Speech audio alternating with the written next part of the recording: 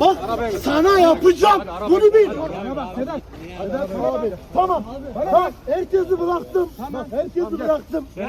Herkesi abi bırak beni. Amelimin uğruna.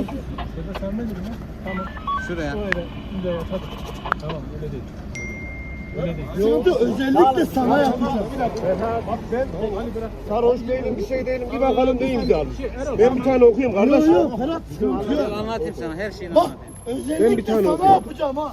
Sana yapacağım. Tamam. Bak sana yapacağım. Bunu bil. Tamam. Bak herkesi bıraktım. Bak herkesi bıraktım. Herkesi abi bırak beni.